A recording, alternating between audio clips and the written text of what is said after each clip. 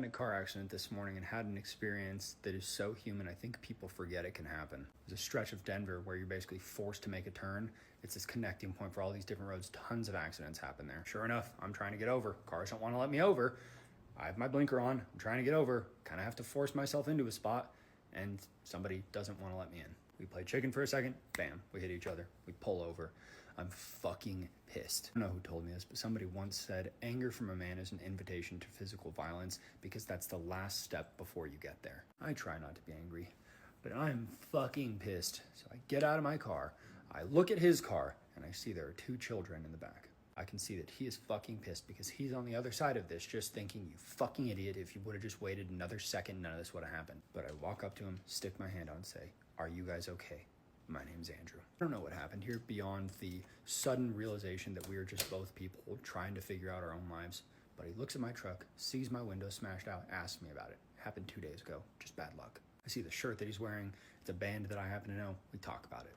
We exchange information. We say, see you later. I drive away.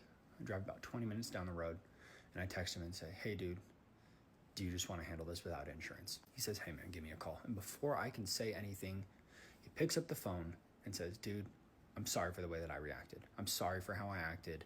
I'm like, no, dude, like, this is my fault. I should have been more patient. He's like, no, I should have let you in. We are literally in a fucking competition to take responsibility for this shit. Now, what this guy doesn't know is that I basically just cleared out 6 years of savings from my bank. He doesn't know how fucking tight money has been, and he doesn't know that this entire drive, I was stressing about how I was gonna pay for this, but I was still going to do it. And he says, hey man, I already deleted your insurance information.